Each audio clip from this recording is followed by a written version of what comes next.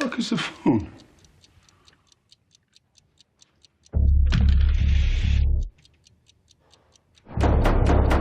Hello? Hello? Hey, tell me why I'm in here. Look at me. No.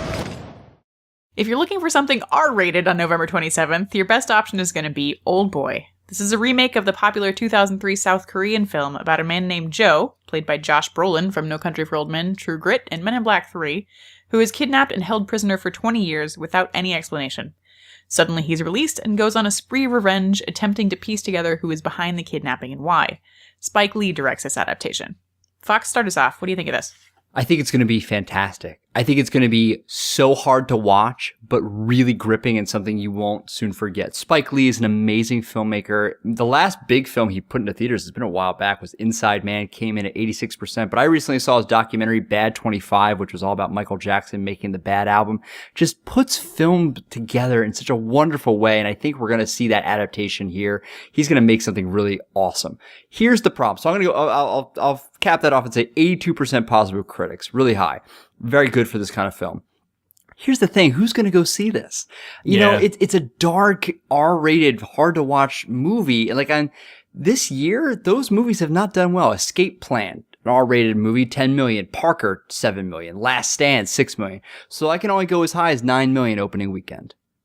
Fair enough. Chris, what do you think? I hear what you're saying, Fox, but I think that the original film Oldboy, the South Korean from 2003, is so well known and so almost mythologized over here. I think it is. Among Us, but so add to the cult classic status, the direction here of Spike Lee, who I think brings his own audience pretty strongly. Even Josh Brolin, to some extent, brings his own audience. So I think everybody who's going to show up for horror-style films, everybody's going to show up for R-rated action-style films, all the sort of film auteurs who like the original, and everybody who tends to be a fan of Spike Lee are actually going to show up in the theater to see this. I'm excited for it. I can't wait to see how this translates. I'm saying 78% with critics. It may do better than that. That's kind of a low-end expectation. Yeah. And $18 million at the box office, which I acknowledge may be high given the R rating. That would be abnormal for the year. Wow, doubling my guess. All right. Yeah. All right, Jill, voice of reason, what do you think?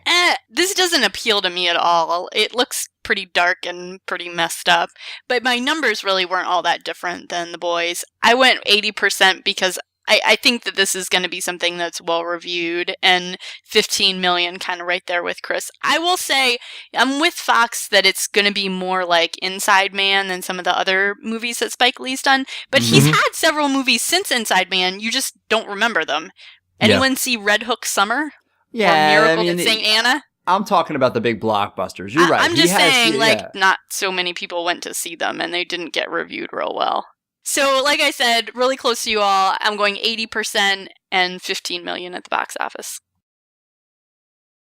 I don't want you to go. I don't have a choice. And whoever you are, I will find you. I only run this place, all right? Shit, you might want to think about what you're doing here. I've been thinking about it for the last 20 years.